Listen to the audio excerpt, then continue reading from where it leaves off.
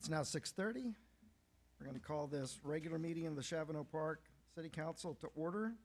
If you'd all please rise and join Lee Powers in the Pledge of Allegiance and Conrad Kirkendall in the invocation.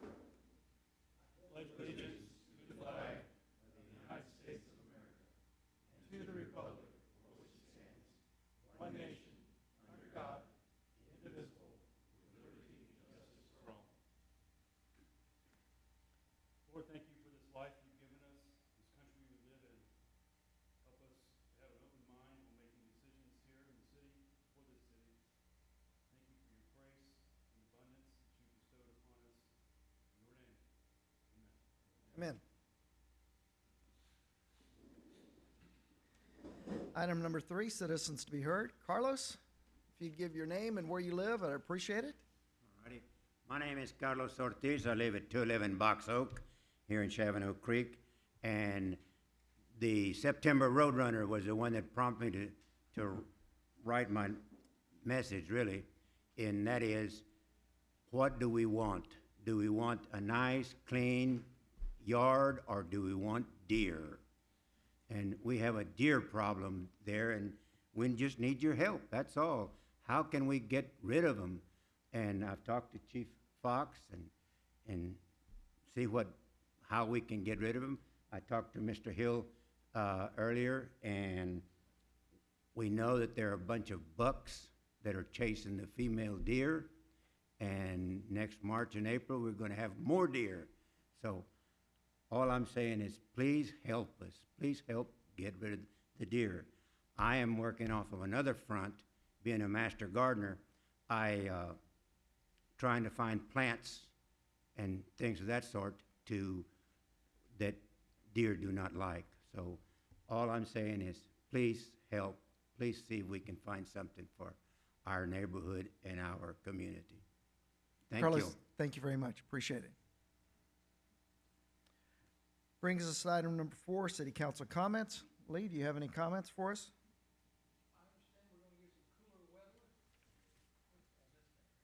Newfangled things. I understand we're going to be getting some cooler weather. I hope everybody has a safe Thanksgiving. A lot of people out on the road and in the air. Exercise caution. We value each and every one of you. Pete? Yeah, on December the 10th, we have another special event coming up. It's our Christmas celebration, and I hope to see everybody out there and celebrate Christmas as we start getting into the season. Thank you. And just in case anybody is actually paying attention and looking at their calendar, the date is December the 7th. Just to make sure that we all show up on this right day. Thank you for that correction. No, that's fine. That's fine. Conrad? Good to see everyone. Just love this time of year. Be thankful for everything we have. Buddy? I just welcome everyone and wish all of y'all happy Thanksgiving week. And our fifth wheel is Maggie Couts, and Alderman Couts is unavailable this evening. We hope to see her very soon. Brings us to item number 5, proclamations, commendations, and announcements. Our first recognition is for Whataburger, our local Whataburger. Those people are the biggest supporter of Chavano Park events in our city, year in and year out. We have some who take care of one event a year, but Whataburger is there for Arbor Day and for our poster contest that we have for National Night Out. And they do an absolutely fabulous job. We've got a proclamation for them, which I will deliver to the new manager at Whataburger here real soon. For all those moms and dads who may be watching and considering where they're driving after they've gone and picked their kids up, or Blackman, or on the way there, Whataburger. It is a great deal, and we appreciate everything they do for our community. Item number 5.2, proclamation, holiday cheer, Santa and the Grinch. I would ask Maggie to take care of this, but she's not here right now. This year, as we've done in the last several years, Santa Claus is going to come to Savino Park, and it's going to be snowing on, what day was that again, Pete? December the 7th. And we're going to have an absolutely wonderful time. We do have a rule in Chavano Park. You cannot throw, it will be snowing that way. Did you know that? That it was going to be snowing on December the That's what I heard. December the 7th. It's going to be snowing. We have a rule in Chavano Park about snow. The rule is that you can throw at fathers and grandfathers all you want to, but when it comes to mothers and grandmothers, you can only throw at them by specific permission. So let's make sure that all those little children show up in the right spirit and only throw at fathers and grandfathers unless they have specific permission. Now, I have a proclamation, and I have somebody on council who is a very good friend of Santa Claus, and I'm going to ask him to come out to the very front to receive this proclamation on behalf of the jolly old man and that dastardly Grinch. So, Lee, if you'd come forward and help me with this.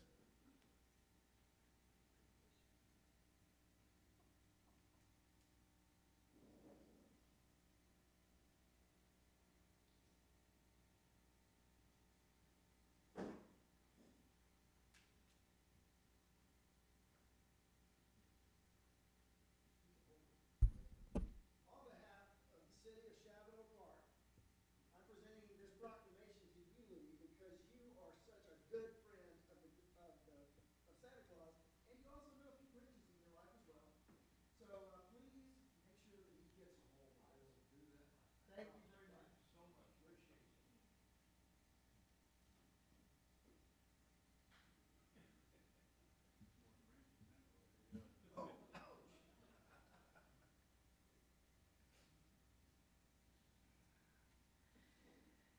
Brings us to item number 6, consent agenda. All items listed under this item are considered routine by the city council and will be enacted by one motion. There will not be separate discussion of these items. If discussion is desired by any alderman on any item, that item will be removed from the consent agenda and will be considered separately at the end of the regular agenda. Do I have a motion to accept and/or approve items 6.1 through 6.4? So moved. We have a motion from Pete. Just a second. We have a second from Buddy. All in favor, say aye. Aye. All opposed, same sign. The motion carries 4-0.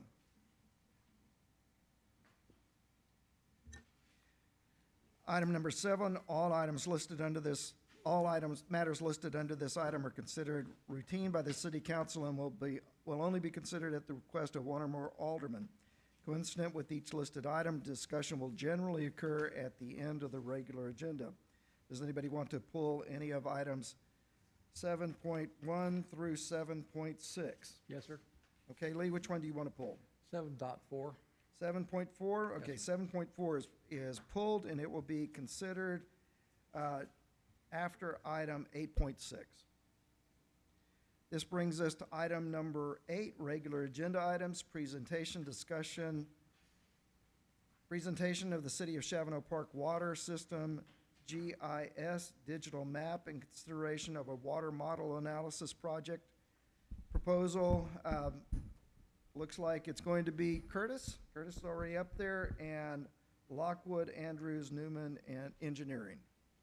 Yes, thank you, Mayor and Council. Just as a remind you in the audience of what this water GIS mapping project entailed, originally stems from the 2023 town plan, which had an action step to create a complete and comprehensive water hydrology model and anticipate future capital requirements. And this project was also a part of the fiscal objectives for the last fiscal year in 2024. This is the final work product that Land Engineering has and staff have worked so hard that we're presenting here to you tonight. This phase 1 that we tasked them had 3 primary tasks, which was to update our GIS map. We had an existing one. It was old. It was based off some inaccurate data. It had lines, but it didn't have valves, hydrants, a lot of other really critical water infrastructure within it. Prepare a water line index. They're going to run through all that data for you, showing the type of material we have, size, age, and then provide some water model software options for us. And I'm joined by John Baker, Liza, and Deidre, all with Land Engineering. And the floor is yours, guys.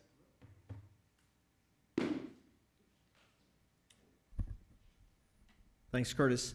Mr. Mayor, members of council, and members of city staff, good evening. My name is John Baker. I'm a principal here in San Antonio with LAN Engineers, and pleased to be in front of you today to report the successful completion of the 3 tasks that we were contracted to perform for the city. And I do want to give a big thanks to Curtis, Bill Hill, and other members of your staff that participated in this. I think it was a very collaborative and successful effort, and so we appreciate their support, and we believe that this product is going to be useful for the city for the foreseeable future.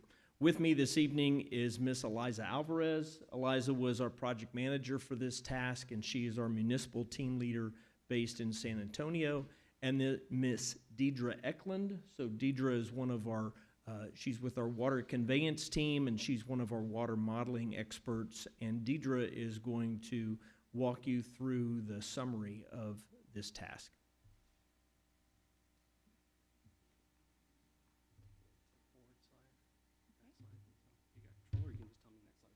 Okay, thank you. Hi, good evening. I am Deidre Eklund. I'm the team leader for the modeling and planning team at LEN. Can everybody hear me? I'm not as tall as John. So we're going to go through what we did for you. Thank you for allowing us to update your GIS and also provide some software options for the city for modeling. And so I'll go ahead and get started. We're going to go over the map, and then we also perform some waterline indexing, and then the water modeling options for software. So this is a scaled down version of the GIS map. So this is the final product of what we did in ArcGIS Pro. This was in collaboration with city staff. So we prepared a draft, and then they went in and told us, you know, what lines we needed to look at. They also gave us some updated locations for all your valves.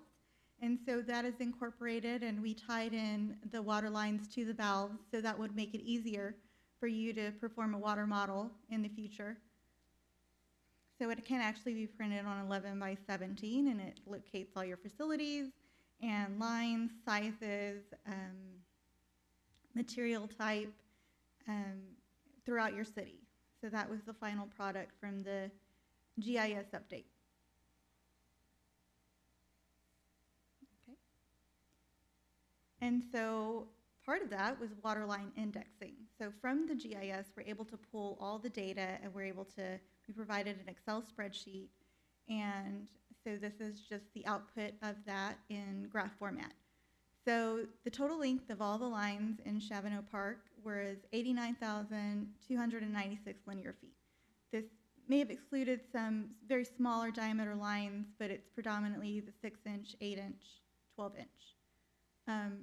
And so that's the breakdown of where all of the lines are located. The majority of your pipes are in Old Chavano Park East. And this is by diameter, so it shows you the majority of your lines is 6-inch. There's a little bit of unknown that we had within the GIS update, and then it goes all the way to 12-inch. So the majority of your lines, as I said, is the 6-inch lines, and then your 12-inch, you have about 16,000 linear feet of 12-inch. And then this is the pipe length by material type. So we predominantly just pull the AC, ductile iron, and PVC pipe, and the majority of your lines are AC pipe. And then you have PVC, which is probably your newer materials, and then ductile iron. And this is by age. So the majority of your pipes are in the 60 to 50 year range, and then you have some 60 to 75 years of service. So a lot of your pipe is coming up to the useful life of service. And the final product that we looked at was we provided staff with some software modeling options. These are typical softwares that we use for water modeling. EPANet, of course, is the free software put by the EPA. And then you've got WaterGems, that's a Bentley product. And then the InfoWater Pro is an Innovyze product. LEN does use all those softwares. We provided the city with a list of all the pros and cons of each software. The EPANet software The difference is you would have to have different scenarios. So when the city asks us, like, can you run this scenario, we would just have to build different scenarios. Whereas the other software options that are cost-based, we have a scenario manager. So it just allows us to move between the scenarios easier. And so if you did elect to use EPA Net, we would still build it in one of the other software options and just convert it to EPA Net. It's just easier for us to do that. And that is what I have. Curtis, did you want to take questions now on it, or do you want to present your? I'll do my quick demo, and Okay, then we Curtis can do is going to give a questions. demo. So I thought, council, there's a lot being thrown at you, but just to see a digital GIS, and so you actually see what has been built. So what I'm going to be putting on screen here is from a ruggedized tablet. Give it a second. All right. So this is a cloud-based application. It's called UNITA. It's based, Utah-based company. It's off the UNITA Mountain Ranges. And this is what, when we had to go get the valves and hydrants in that first map that was very busy, had all the colors on it, Frank and Joe and other guys on our water crew, this is the tool they use to go out and get those locates. And when it's done with this, we want this GIS map to be basically a living document where we can go and do updates. We can, so the final data packet that they give us, we're going to upload into this and be able to manipulate that data and so forth. So each one of these dots represent multiple different locates that have been done. So we have already built into here where our water crew guys can do hydrants, they can do leaks, manholes, they can find meters, sample stations, valves, you name it. We can import any data into here as well. With each location that they do out in the field, they have different piece of information, the location, the date and time it was taken. I'm sorry, it's unstable connection. But every single locate, the crew is able to take a photo of the actual hydrant, meter in the ground, or anything. So even if the GPS was a little inaccurate on that day because of cloud coverage or anything like that, you still have a picture that you can go based upon. And so all these locates, which we have in here, 259 locates, you can look them on list form here. This has all been given to LAN, and they input it into their map. And then, of course, they have the water lines, which we have not gone out doing all the water lines. That will get imported, and then we will have a true GIS map of our entire water system.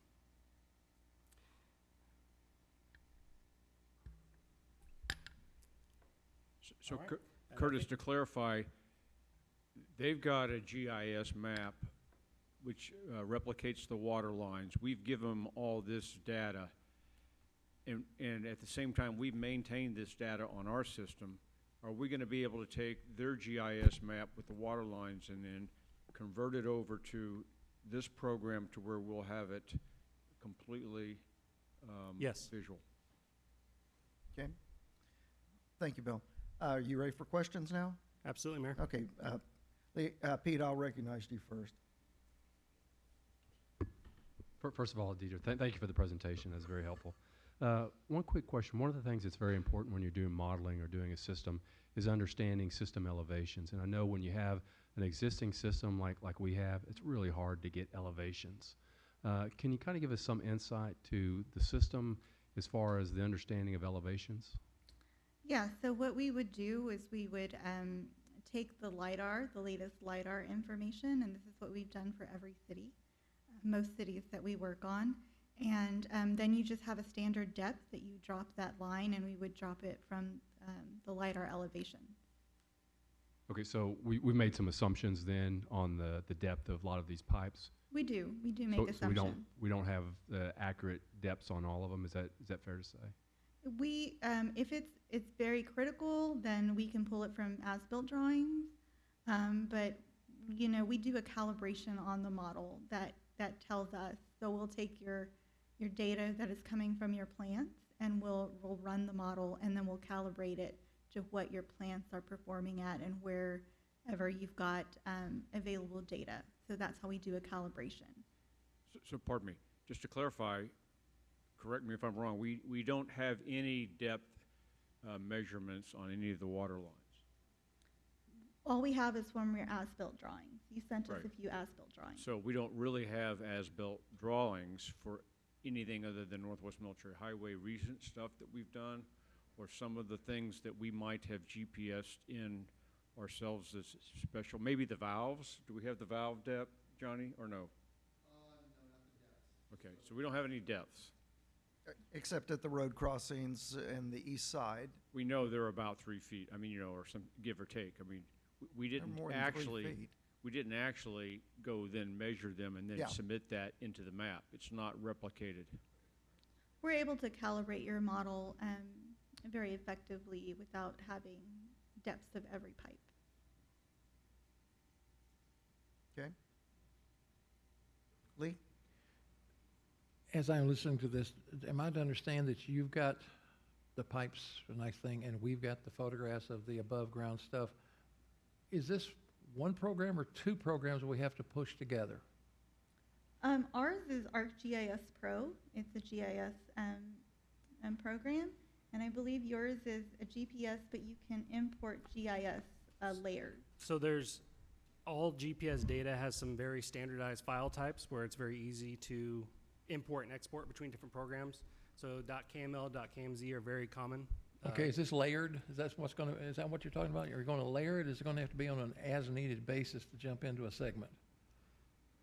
So well, I'm saying for this map, which is just a static image on the screen right here, is actually going to be a live document with actual GPS locates and pictures for every single piece of asset. And that if we move something, we could actually move it and then just print off an updated map whenever we wanted. Okay. We don't have to go through this process again with an engineering firm. Our crew has the power to do it out in the field. That's the main thing. One last question, Curtis. If our guys go out and replace a piece of AC with PVC and bump it up 2 inches in diameter, do we have to go to these folks to get it represented on the map? No. Okay. Okay? And just to clarify again, when we hired Collier Engineering, they established a baseline GIS map that they've been maintaining. And the baseline initially was 0, because we didn't have any data. And then we did some measurements, GPS of hydrants, some of valves on Northwest Military Highway, and a few select things. And correct me if I'm wrong, at the beginning of this project, we provided you all that data from Collier. So at the conclusion of this project, that data that's now all been inputted into this will go back into our city GIS maintained by Collier. And then we have the ability to use our machinery here to update it as we move forward. Whether we're working with Collier as to maintaining theirs and what ours, I may be a little unclear on that, but it's not that hard. Our public works guys know how to go measure the locations, take pictures of it, put field notes in it, and we have a more accurate picture than we've ever had before. Okay. Pete? So when, I guess it was about a year ago when this was brought forward to do the recommendation or to do this. So one of the things that I understood John saying is I asked him, I said, so I know you guys are going to map this out, but as part of that mapping exercise, you'll also look at it and provide us any recommendations that you saw that are kind of obvious that slap you in the face. So have those recommendations been provided to us? And if so, what kind of recommendations came out of this exercise? So we would have to run a water model and build a model in order to provide recommendations such as increasing pressures in certain locations, looking at fire flow analysis, looking at power failure at a plant, any operational changes. We would have to build a model. Okay. Go ahead. So, yeah, at the time we discussed that, but there was other recommendations like, can you isolate your system? Do you have the proper valves in place where you can isolate the system? Are there, some of the things that you brought up about the aging, are there concerns about certain areas? Other thing, so a lot of times I've seen on like pipeline systems is when you have a long list of failures that have happened, you can input those into a system and understand where there's hot spots along the system, where you might have failures. Was any of that looked at or done? No? Okay. So we have the data of where your, I believe you would have given us breaks in the lines, but we would run a water model and locate, like we would say this line has had 10 breaks over the past, 5 years. And then that's when we would do a capital improvement plan and recommend replacement of pipes or looping systems, or if you did need to isolate a line, where we would recommend that would occur.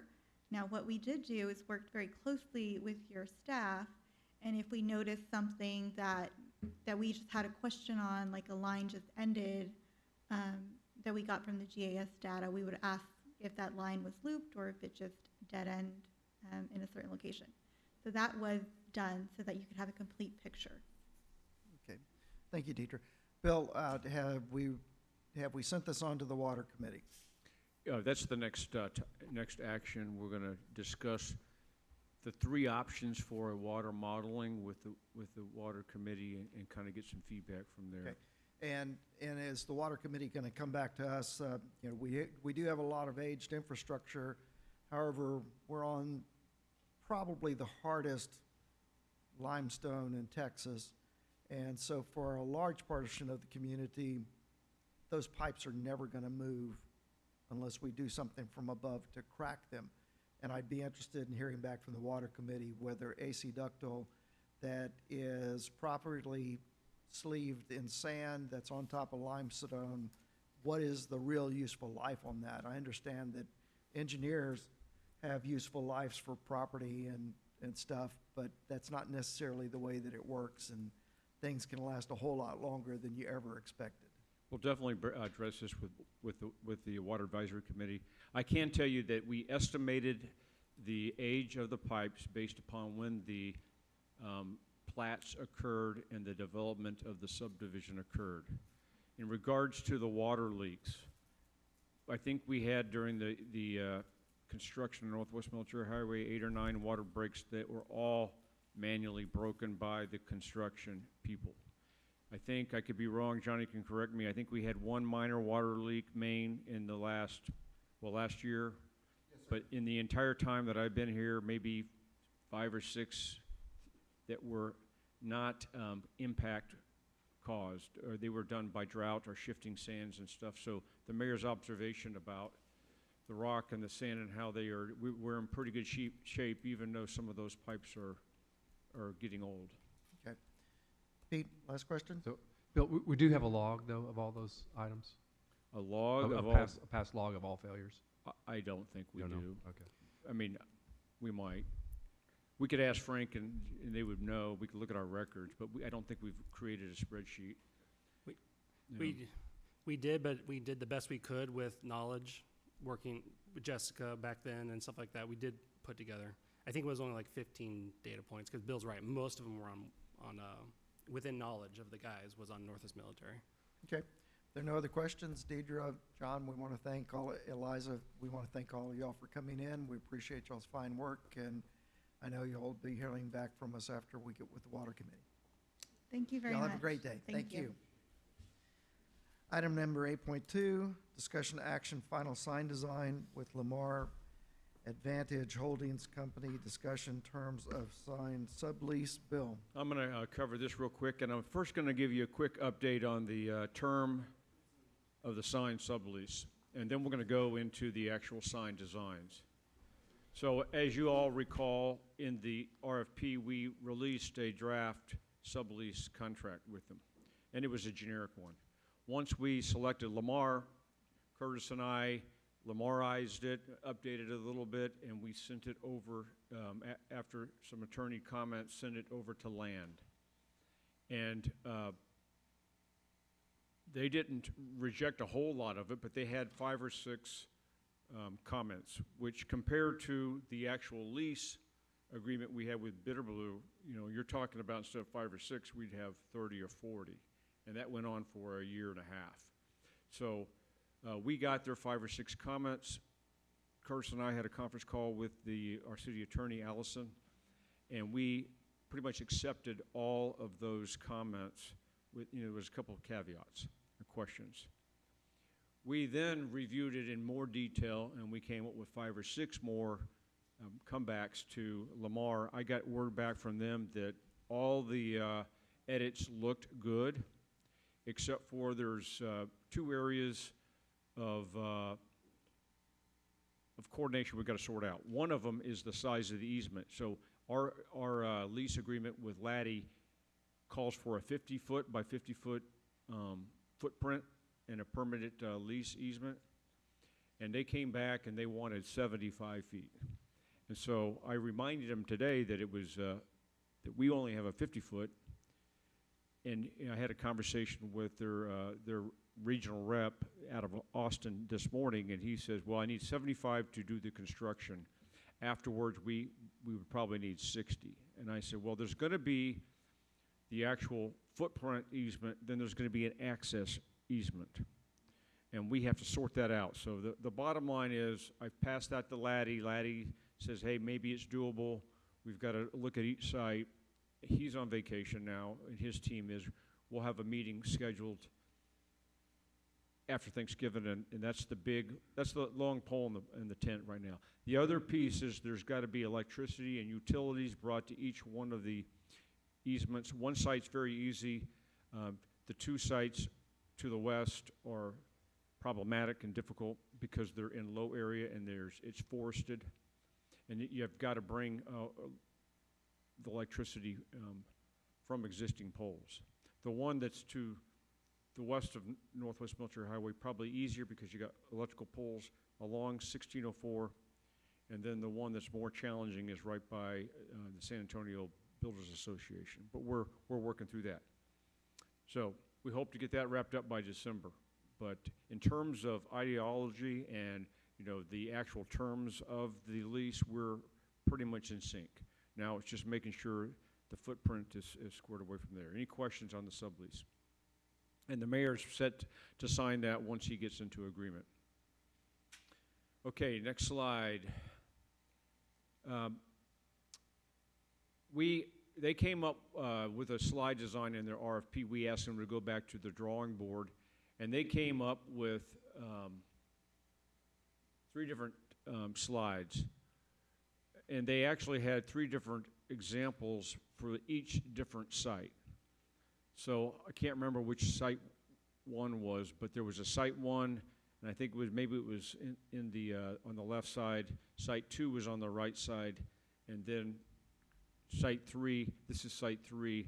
That is on the far east side by Napier Park. So the bottom line is, this kind of looks good because you got 2 poles, and you can center our branding in the center of it. And what they came back, if you go back 1 slide, the areas in site 1 and 2, because they're a low dip and they're heavily wooded, they've got to use a single pole here, and they did not present branding. I discussed this with the mayor. I sent it all out to you, and most of you said we want to see branding.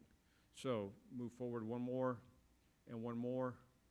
I'm reminding you, the RFP submittal, we probably got this a little out of whack, but that's what on the one on the left is the one they submitted in the RFP. And they had the arch that's similar to the Roadrunner, and they had, instead of a stylized Roadrunner, they had the SP there. And then I got feedback from 2 of you that we want to look at options that have the stylized Roadrunner. Okay. And so what we got was, we got the one on the far right this morning as an option for the flag type of sign. You go to the next slide. The one on the right is the center slide that sign that would go to Napier Park and Site 3. So just informally talking amongst ourselves, we actually kind of like this this Site 3 version of this, where you have a stylized Roadrunner, which is very similar to the existing corridor poles. And you can see on top of each corridor pole, you have that stylized Roadrunner. So what I actually did was I hooked them up with Aetna Sign Group, which does this stylized road runner. They talked to them today. Go back one slide, one more, and they came up with this. So I think this is very doable. So that's 1 out of 3 that I think I would say to ourselves, hey, I'm good with that. If we go back one more slide, this flag sign here, the stylized road runner is smaller than the one previous, and it just looks wacky to us. And so I don't know why they couldn't move it to the center and then create something in the center, or expand it to the right and you have it something like that. But that's where we are in terms of sign samples. Now, when I went back to them, and I had talked to some of you about this, I didn't say, hey, look, we don't like your original sign design with the RFP. We just said, this is not good enough, come up with some additional options. So we didn't tell them what to do. One thing I would note is they came back with this, I guess it's limestone base that's mortared up there. And you can see that it looks real nice on this diagram here. On Site 3, where the sign is actually at the level of the highway, I think it'll be a nice touch. Just go forward one. You see, it'll be visible, and it goes up. Maybe that's 5 feet or whatever it is. I think that'll be nice. I do question whether or not in sites 1 and 2 that are down in the wooded areas and there's a dip down there, whether or not they would be visible. So that's where we are. And so I'm not sure that I'm ready to say that I recommend one. I do kind of like the next slide, the one on the right there. And the other thing that I would say is that they pitched a tan color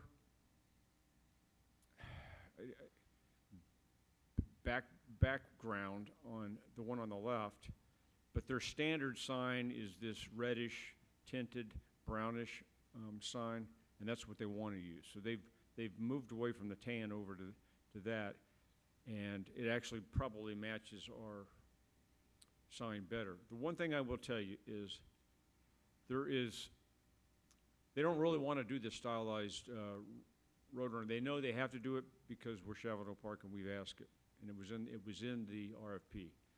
But what they all tell me, all the sign companies tell me, is that when you're driving down the highway and you look and you have an encounter, they call them encounters with a sign, you're competing with everything else that's surrounding there. So the more things that you're competing with, even the Lamar down there is competing with the Gecko sign.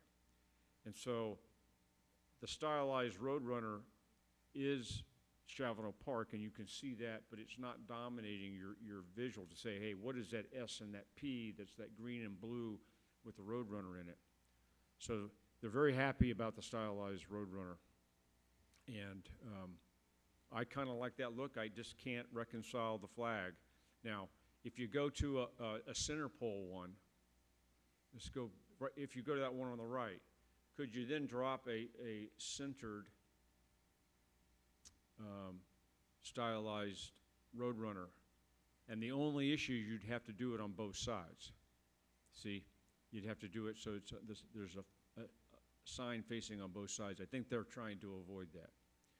Anyway, the initial motion we had that we had recommended was that the City Council approve one of the options on the standard design, but we've now got a second motion here to consider where the City Council allows Mayor Warner and myself to finalize the design standards by site based upon any feedback you would give us tonight, and then we bring it back to City Council to gain consensus informally without waiting until the January meeting, because what we don't want to do is wait till January. So I'll pause there.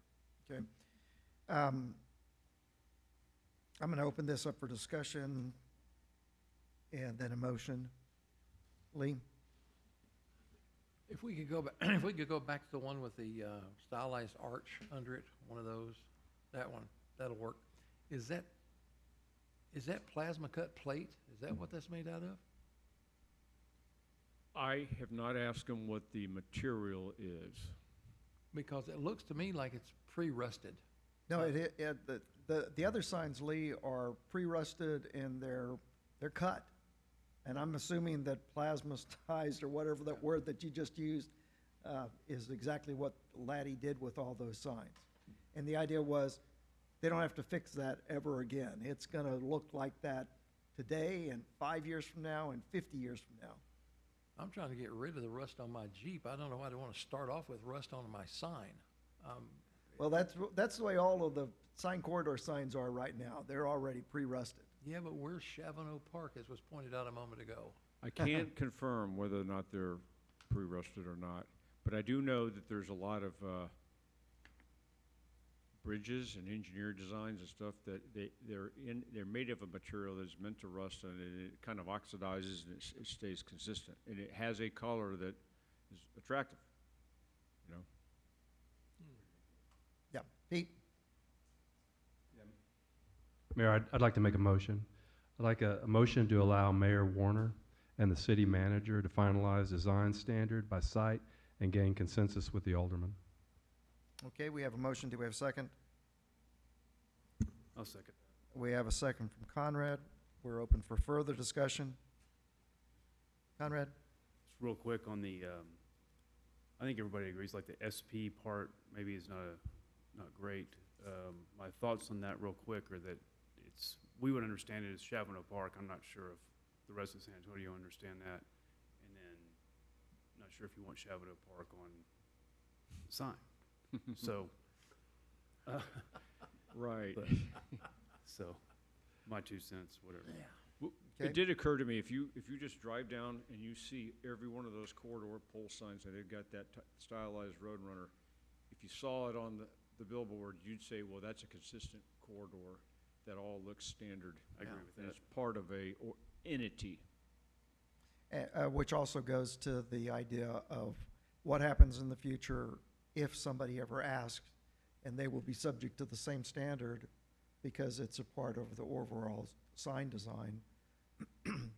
They may not, but that is an option that remains available. Lee?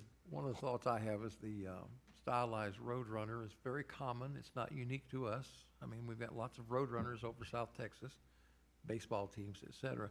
But the absence of the SP is less goading to, if there were a citizen out there that was objecting to the entire idea of a sign, it wouldn't be a slap in the face every time I go around 1604 and generate future adverse language. Thank Good. you. Any other comments or questions? Okay, there are no other questions or comments. All in favor, say aye. Aye. Aye. All opposed, same sign. The motion carries 4-0. Item number 8.3, discussion action parking option 2.5 in the vicinity of the City Hall update. Johnny and Bill. Yeah, I'm gonna run this up here. The city engineer, we let him, we gave him a bye tonight.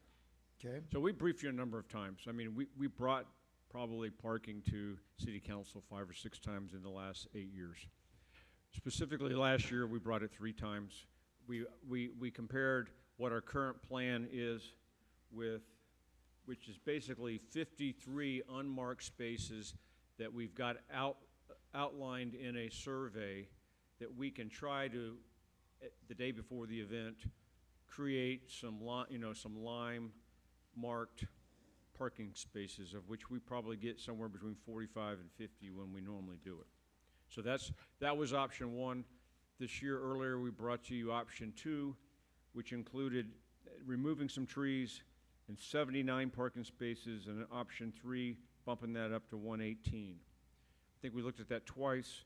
There was also some parallel or slanted parking on De Zavala, and that was conceptually shown to you. You guys came back and says, hey, figure out a option 2.5 that doesn't remove as many trees, but provides the maximum amount of parking we can do. So I'm going to show you 2.5.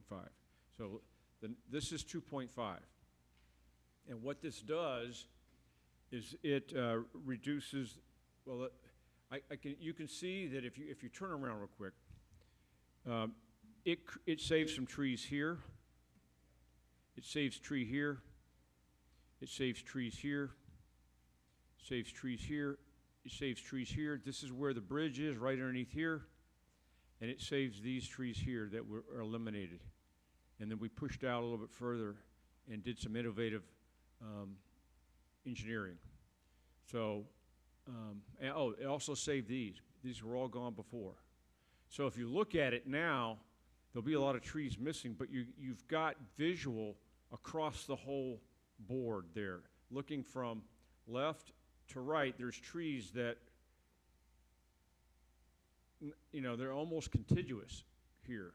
Not full, but there's groups of trees in which you're not just looking at a clear-cut field. And so I think this is a much better option. You know, you got these trees down here you saved, you got this tree here, so you've saved some trees down in here. This shows you the proposed sidewalk that will come in and that will link into this trail right here. But this trail here should be able to be maintained, and we may have to reroute it up into somewhere into here.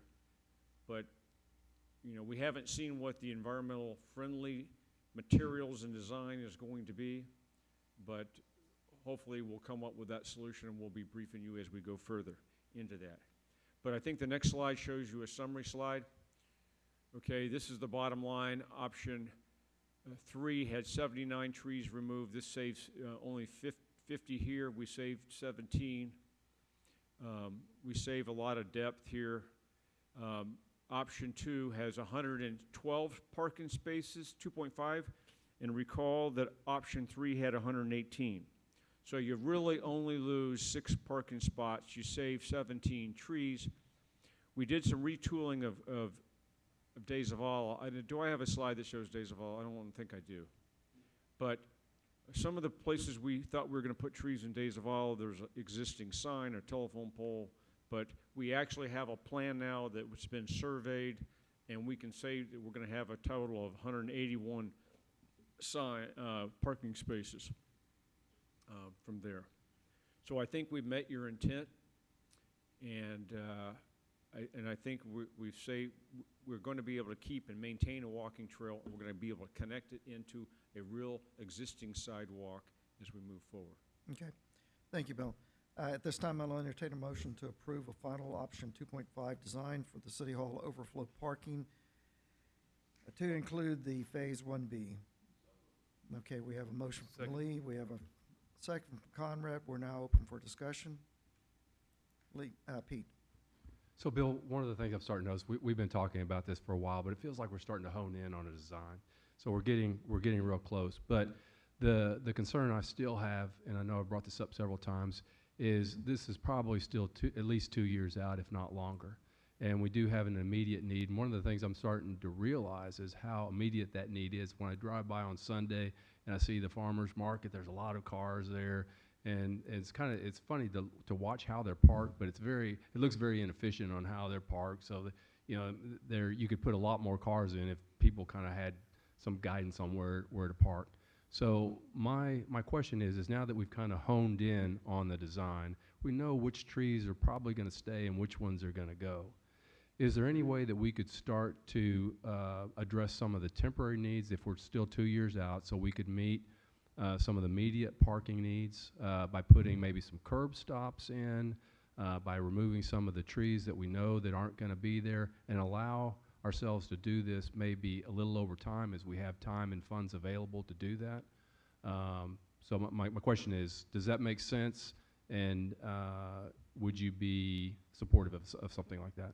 Absolutely. I think that the next critical step, because all this has been submitted in and is being considered under the environmental assessment. And of course, we have the holidays here, but I would expect that to be back to us in January. And then once we get the green light, we actually plan to go fairly rapidly into the RFP, into the selection process. But mobilization and things could take some time, and the whole thing could take time. But what I think I hear you saying, and I think I agree with this, is that we should go in and remove the trees that we know are gonna be removed, and then establish curb stops. We could probably do it with cedar that we currently have, and then that you would outline the parking spaces in a semi-organized way to try to start to socialize this and get people to look at it. And you know, when you pull the Band-Aid off, it's gonna hurt. And it happened with Northwest Military Highway. And we removed a lot of trees, but then once it got cleared out, you still had a lot of trees on the outside, and it looks pretty sharp for the most part. So I think that we'll need to do that, because also you're gonna have construction equipment that's gonna have to be staged, and that's gonna be competing with the spaces that we have. So I think that's not a bad idea. Okay. We're actually kind of getting close to the edge of the description of the agenda item. We're probably at the edge of the description of the agenda item. As in, we can't say that we're going to do So- anything more than what Bill So has already said. I would like to modify the motion to include allowing flexibility for the city manager to make some changes to allow for better temporary parking.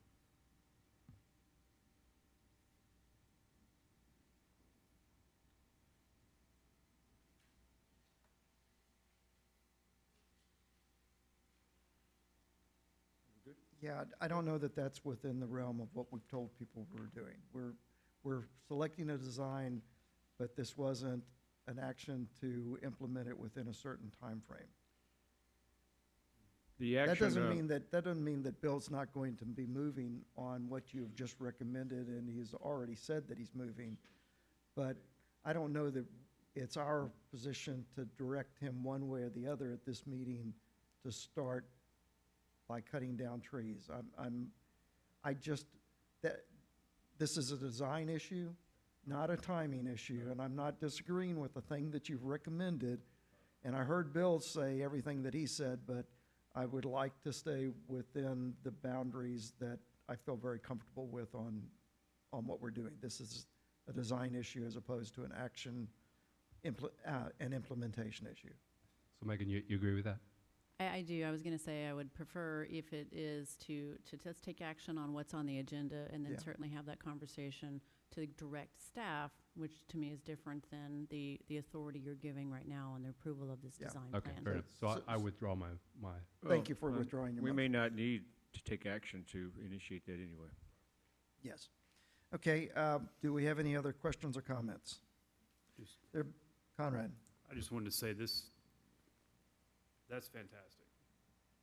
Presenting an organization of that it's relevant, and it helps clear it up quite a bit. Very good. And once we get this established, on the perimeter in some areas, we'll have great places to plant Arbor Day transplant trees. Sounds great. So we have we have no further discussion. We have a motion to approve the final option 2.5 design for the City Hall overflow parking to include the Phase 1B Days of Alla Road project. All in favor, say aye. Aye. Aye. All opposed, same sign. The motion carries 4-0. Item 8.4, discussion action, consideration to clarify the duties of the Planning and Zoning Commission, procedures for zoning changes, and to define and allow all-weather surface driveways and auto courtyards for parking in residential zoning districts. Curtis? Thank you again, Mayor and Council. So this action here before you comes originally from the 2023 Town Plan, which established an objective to establish a periodic ordinance review program, and keeping city ordinances up to date ensures cohesive alignment with the community vision. And back in May 13th, we presented to you this list here, and on that list, the final weather surface parking and the surface parking under Chapter 32 was identified in this list. Council took no action. We didn't have an exact game plan. It was working with our police. We designed this list of what were the parts of the code that were difficult to enforce, that were difficult to have residents understand, how to come into compliance, all those issues in the field.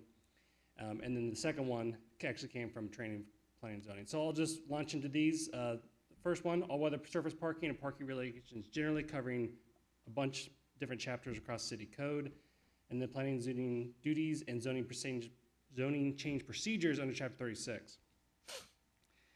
So the goals, in your packet, you have the track changes that we propose to take to planning and zoning on December 4th and put on the agenda for them to start looking at this. But generally, I would say the goals of this ordinance review here for the all-weather surface parking is to create an updated, consistent definition of what all surface parking is. That in the code, it goes back to you can't park your car on grass, so you need to park your grass on an all-weather surface. You find that several places throughout the code in different chapters. It's not consistent though. Some chapters doesn't define it, some do. So we're gonna create a consistent definition. Amend the city code to ensure consistency of our parking regulations generally across the code. It's scattered throughout, hasn't been reviewed in a long time, it looks like some parts of these codes. So bring that all into consistency. Consider allowing front-face garages in auto courtyards or motor courts, say that 5 times fast, being constructed in the tear-down rebuilds of Old Chavano Park. I'll show you a side of exactly what that looks like and entails, and then move the regulations from, we have several places where we have definitions, we have regulations within the definitions regarding parking, and we shouldn't, best practices, and this actually came from Commissioner Tan a while ago, best practices is not to have your regulations in your definitions. So this motor courts, an auto courtyard, if you're wondering what exactly that is. So this up here on the slide is a set of building plans here in Chavano Park that was submitted by a resident not too long ago. And it is a magnificent structure. I mean, it's beautiful, but it's this, we're 2 driveways and they converge behind a wall obscured from the road with an arch, porte-cochere you could call it, and then a front-face garage behind it that you can't see from the road. By our code, we don't allow front-facing garages, just flat out. But you can't see this one, and it's kind of a part of these things called motor courtyards, which are, I guess, a growing trend at design. And for this particular one was allowed after back and forth with the attorney and everything, but just to ask planning and zoning to start looking at these if we could see more of these. I talked with a resident that's on Windmill that might be doing a major rebuild, tear down rebuild, and might be doing something somewhat similar to this. So I think we're gonna be seeing more of these type of things. And we have a number in Huntington. Yeah, and Huntington is going on as well. All right, so moving on to the planning and zoning duties and the zoning procedure changes, and away from the parking. So the goals, so this action comes, it wasn't on that list back in May, but when we had a new commission with 4 new commissioners for the first time, I think, since we worked here, we did a training for all planning and zoning. And we did the training ourselves, staff did. We worked with the city attorney, but we did basically a deep dive and okay, we have all these new members come on the board. What do we need to tell them about their duties, responsibilities, their authority, and all this? We went that deep dive. In that deep dive of going in there, we discovered there was lots of discrepancies and weird things that need to be updated. And then some of these were questions from the planning and zoning commissioners at the meeting. So our goals for this ordinance is to, and you have the track changes that's in your packet you can look at, but I would say the goals are defined but boundary and classification terms. They're used throughout the code, determining whether or not we send a mailed notice to somebody or not within 500 feet. We don't have definitions for boundary classifications. Define those terms so everybody understands when exactly, it's not just practice, it's in our ordinance. Clarify that planning and zoning does not initiate plat or rezoning actions, but requires an applicant. Clarify planning and zoning does not initiate ordinance reviews, but requires council direction. And clarify no special action is required by an applicant who has a zoning request denied by planning and zoning. So those last 3 there come more from our city attorney when we're working with them on the training. And the city attorney advises that it's not common practice for a planning and zoning commission to initiate actions themselves under their state authority for plats and rezoning and all these, unless authorized by a city ordinance or charter. If you read the duties in our code, where it just says review and consider and take action, it's left open to interpretation. This is, I actually put the track changes. You can see that the edits are just saying upon application to the Planning and Zoning Commission, then you take the action. Upon application, then you take an action. Direction from City Council. So that's our proposal. We'll go to the Planning and Zoning. And the action for tonight is just to direct Planning and Zoning to take up consideration of these 2 agenda items. Okay, thank you very much, Curtis. At this time, I'll only entertain a motion to task the Planning and Zoning Commission to review the proposed possible amendments to the City Code of Ordinances to, one, clarify the city's all-weather surface definition and parking regulation in residential zoning districts generally, and number two, clarify the duties of the Planning and Zoning Commission and procedures for zoning changes. I make a motion to approve. We have a motion from Buddy. Do we have a second? Okay, we have a motion and a second. We're now for discussion. Do we have any discussion? One question. Buddy? Curtis, I noticed that on the auto court, or the auto deal, it was limited to 500 feet, in some of your things, in the paperwork in the packet. How many cars is that?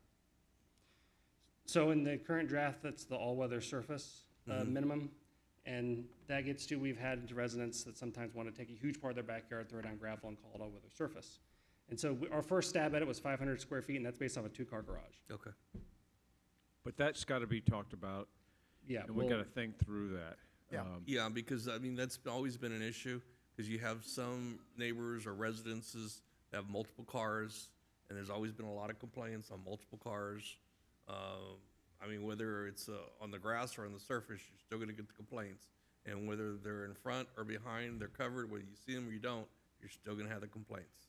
So I was just, that's why I There's was going to be a asking. challenge, because you have a driveway that's continuous, it's connected to the approach into the garage, which typically is a open area. And this is meant to be more of an add-on, kind of. In the side and rear yards, that's the way we I kind of know it's a stylize fad it. and it's a style and it's So- just, it goes with the decor now, but it's still an issue. How you combine all three of those is probably the challenge we're going to have.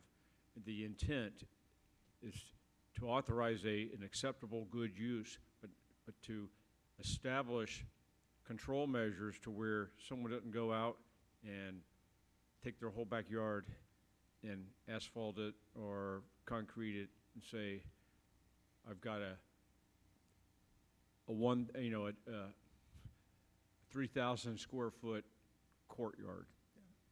And within our code, and I think it's chapter 6, and Buddy, you probably remember better because you've been chairman more recently. In our tables, we have you can't have more than 1/3 impervious cover in your yard. And so that, that's going to be one of the considerations that comes before planning and zoning as they take care of this. You have anything else, Buddy? Okay, Pete? So I know we have a lot of new members on planning and zoning. Just want to ensure before we ask them to do something, do they have the bandwidth to do that now? Absolutely. Okay. Yeah, so again, our intent is to introduce this at the December P and Z with no action, and then we'll come in and then go January, look at this, and if, sometimes it takes 3 or 4 months, sometimes they get it real quick. Okay. I've got 2 questions coming out of this, if nobody else has any questions. We have neighborhoods where people are parking on grass in the old side of the city, and they're parking 4 and 5 and 6 cars on the grass every day. Are we going to be addressing that? And is that a continual permissible use? Because you can only have 5 customers at your place in any one day for a permitted office. And so that's just, I don't know whether that's something that is going to be tangentially considered out of this or not. The second thing is, and Megan, this goes back to you, as far as the applicant's appeals rights to a zoning case, the proposal is to strike the 6-month limitation that says, hey, you've got to appeal within 6 months. I don't think that Buddy or I came up with 6 months. I'm kind of assuming that that was actually in Vernon's, and if it's not in Vernon's, then it's in the local government code today. But should you have an open-ended period where an applicant who has been rejected has an appeal right that goes on and says, well, I filed 6 years ago and I have a right to appeal, the 6 months, I think, was in the statute, and that's why it was included in the, at the end of the day, in the ordinance. Buddy, do you remember that? Yeah. Yeah, so we might actually think about that. There's got to be a point where you've made an application and the door closes behind you that this application is no longer a valid application. So I'm just bringing that up as a point that we want to consider. We'll take a look at that. Yeah. This was really about whether or not there was a denial by the P&Z, whether or not and when it triggered a supermajority approval. So there's two issues. Yeah. One's the length of time for appeal, and one is what's the interpretation for a supermajority. Okay. Do we have any other questions or comments? There being none, we have a motion to task the Planning and Zoning Commission to review and propose possible amendments to the City Code of Ordinances to, one, clarify the city's all-weather surface definition and parking regulations in residential zoning districts generally, and two, clarify the duties of the Planning and Zoning Commission and procedures for zoning changes. All in favor say aye. Aye. All opposed, same sign. The motion carries. Brings us to item 8.5, discussion action, Bear County ARPA grant funding review.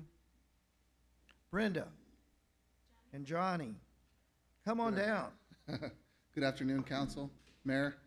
So this is a quick, the background on this is in June 20th, 2023. We went out with, we went to the Bear County Commissioners Court, and we had gotten approved for $750,000 in ARPA funds.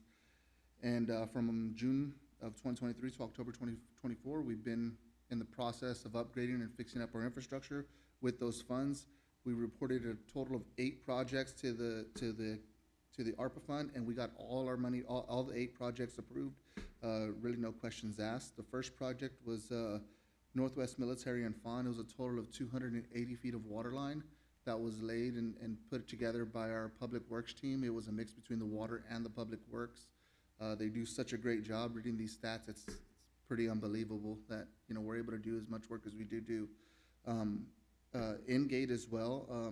Ingate was a complete rebuild with 7 services, 2 valves and a fire hydrant. That's completely new infrastructure. That's not something that we'll have to worry about at least for the next 40, 50 years. You know, it was well built. It was planned properly, and not really much to say on that. From Chavano to 15604, there was a total of 700 feet of AC water main that was removed, and replaced a fire hydrant and some valves over by 15604 as well, Northwest Military Highway. And the crossings itself, there was 15 crossings total.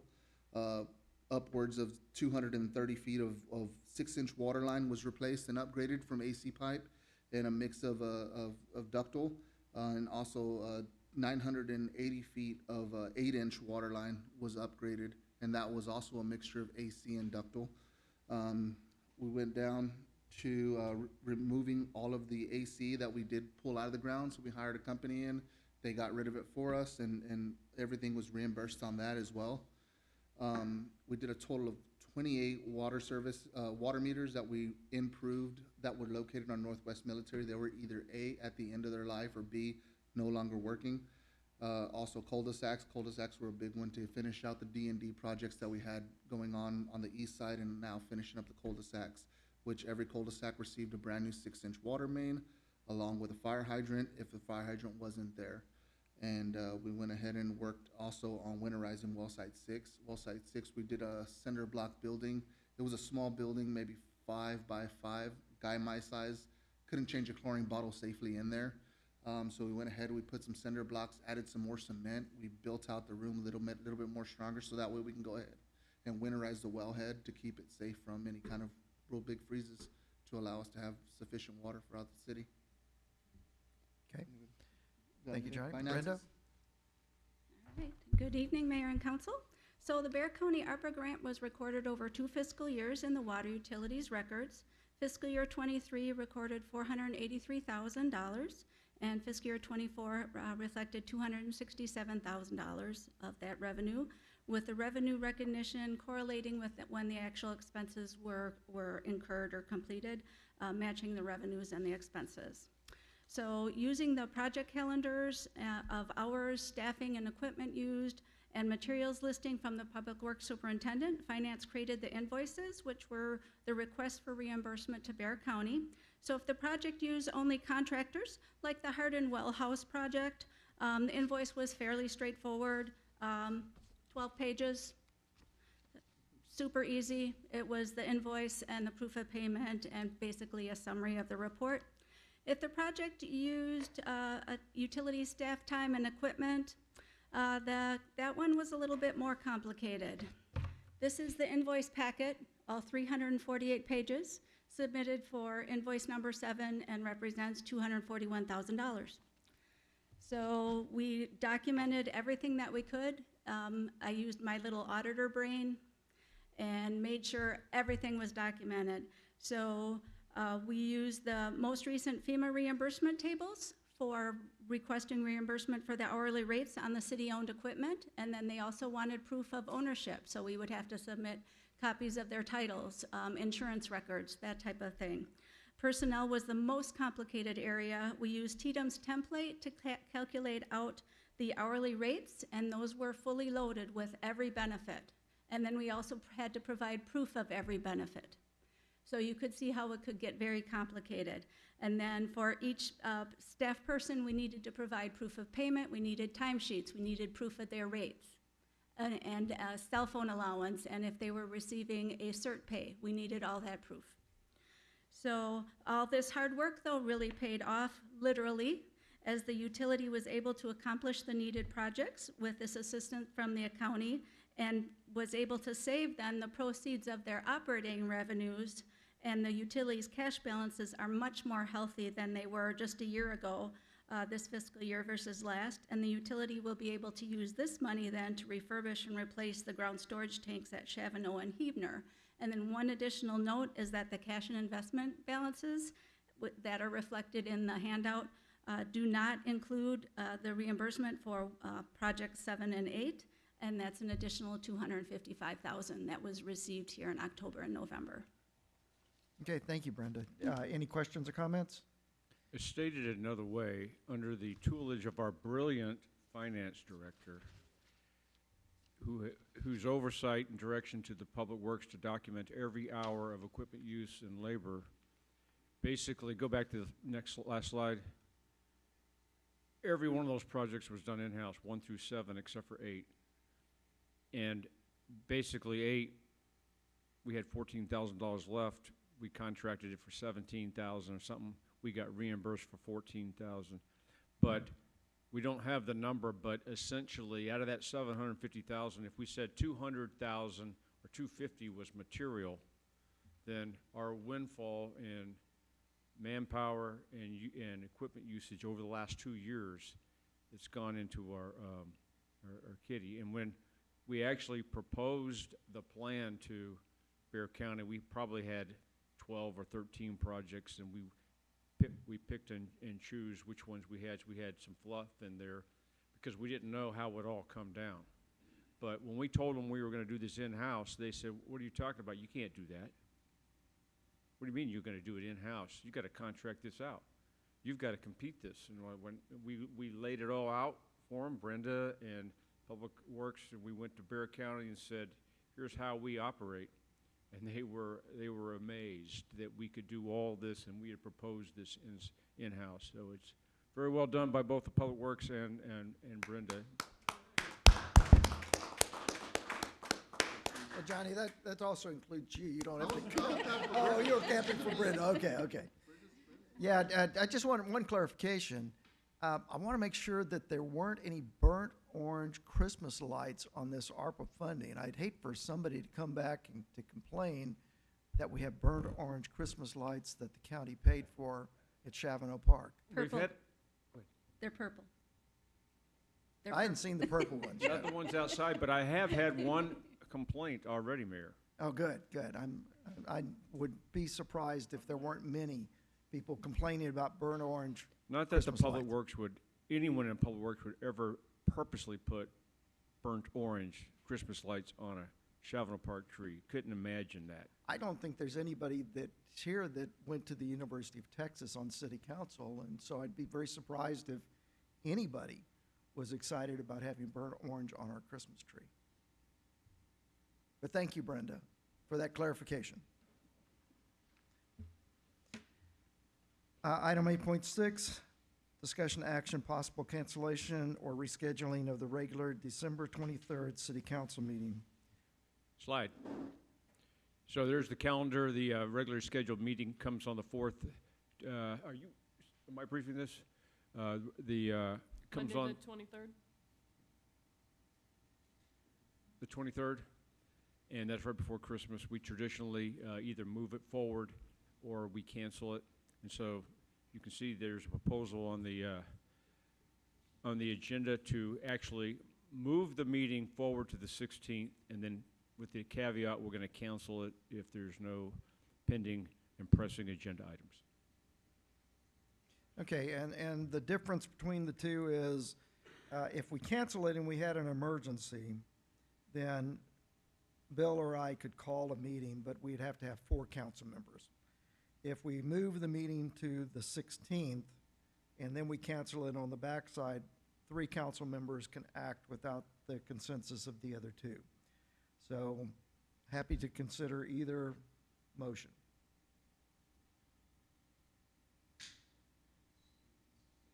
Okay, Buddy has made a motion to move it to the 16th. Do we have a second? Second. Conrad seconded it. All in favor, say aye. Aye. Aye. All opposed, same sign. The motion carries. It has been moved, which brings us back to item 7.4. Chief, if you would come forward, please.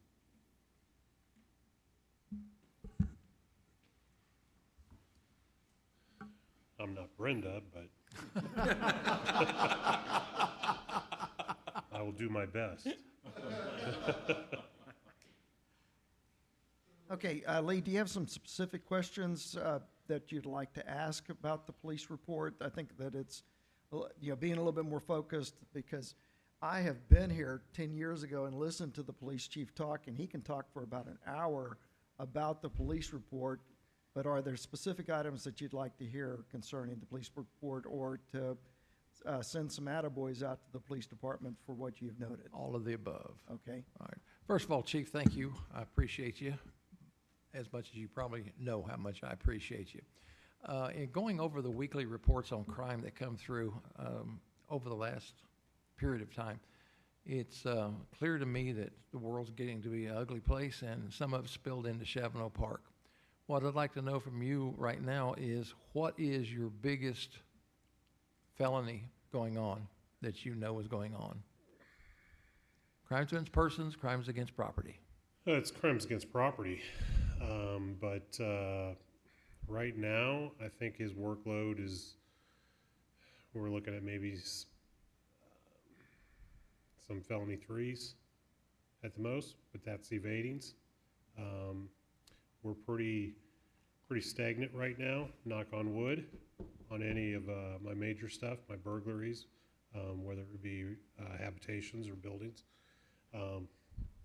Now that I said that, and we still have like 6 weeks left in the year, hopefully I didn't jinx myself, but we're staying pretty far ahead of the game. Now that crime has actually slowed down a little bit the past month or two. Some of my stats, there are arrestable offenses that go in there week after week. As long as they're arrestable offenses, it's a little bit easier on our investigator. But nothing really major is going on at the moment. Okay. In the law enforcement community in Bexar County, it's often said that people will go to other cities rather than come here because of the aggressive nature of our law enforcement and the actual filing of cases, the DA being the negative on all of that. How many people are you short at this time? We're currently short 4 people at the time. I have 1 applicant that will be starting on December 9th. That'll knock me down to 3. Found out today I have 1 that may be in the background investigation portion of his job interviews with another county. So that'll leave us back up to 4 if he would leave. We have applicant testing going on again. I believe it's on December 10th for physical agility testing. I've got right now, I believe, 4 to 5 candidates for that. How many I get out of there that are quality applicants to hire? Hopefully 1. Next question might be better answered by Brenda. What kind of overtime are we suffering because of the shortages? I don't think overtimes have been that bad. I know at it's going to all. be, I know We it's going to wanna be see it. ameliorated by the fact that we have people not here working, Right. but OT is still a concern. But it is. But a lot of the times, what we try to do to mitigate the overtime is flex the hours off with an officer. Officers, if they want some time off, they will do shift trades. And so they also have the option to put it towards comp time in lieu of cashing it out. Those that cash out, they have to hit 86 in order to get time and a half on it, but it hasn't been that bad.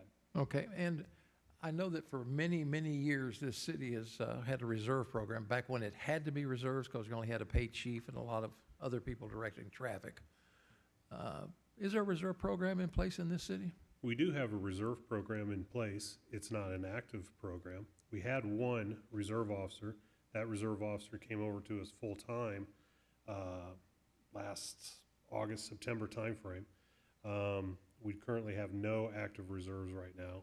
I'm not really interested, to be honest with you, in filling those active reserve programs. How many slots would you have had if you had the? We have 10 authorized. Okay, and what would be the cost per person per month if you did put them in there? I know you have to have workman's comp and an immediate uniform allowance.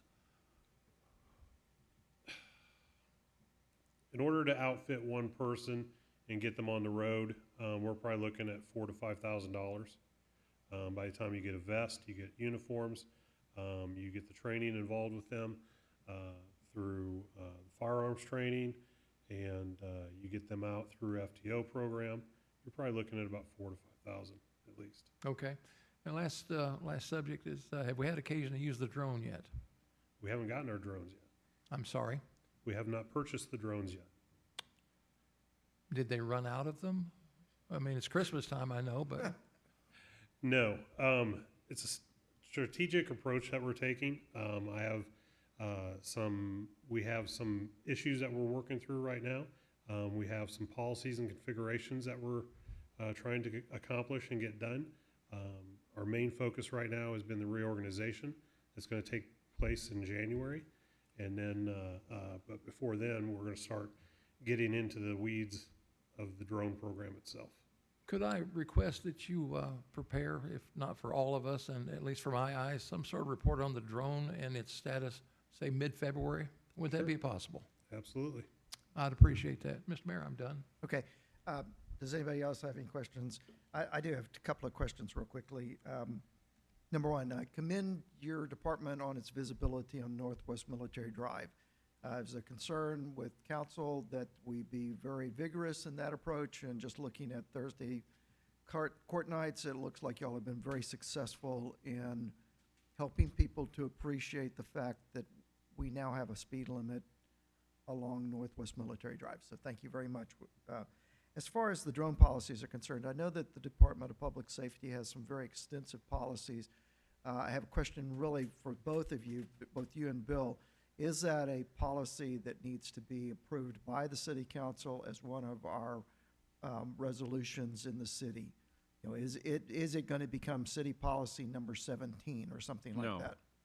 It's a police policy. Police policies are always reviewed by me and then the city attorney.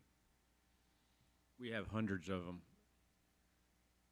Okay, and the only reason I'm asking is because there are privacy issues that are not associated with most police policies. You know, there are rules that the DPS stands by concerning the deployment of drones and what you do with the films and all those other things because of the privacy type issues.